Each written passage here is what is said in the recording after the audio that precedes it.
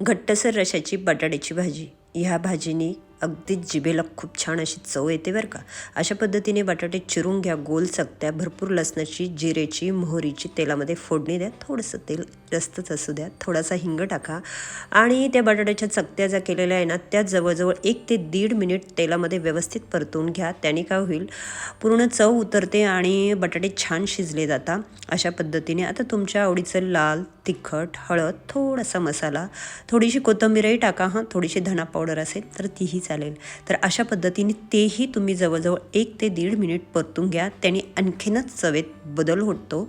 आता बटाटे शिजायला तुम्हाला किती पाणी टाकायचं तेवढं टाका. चवेपुरतं मीठ टाका आणि ह्या बटाट्याला जास्त रसा धरायचा नाही बरं का, अगदीच अंगापुरता. पण बटाटे चांगलेच घट्टसर शिजून घ्या आणि बघा खाण्याची मजा. मस्त बाजरीच्या भाकरीबरोबर खा अथवा भातावर खा आणि आठवणीने चॅनल सबस्क्राईब आणि फॉलो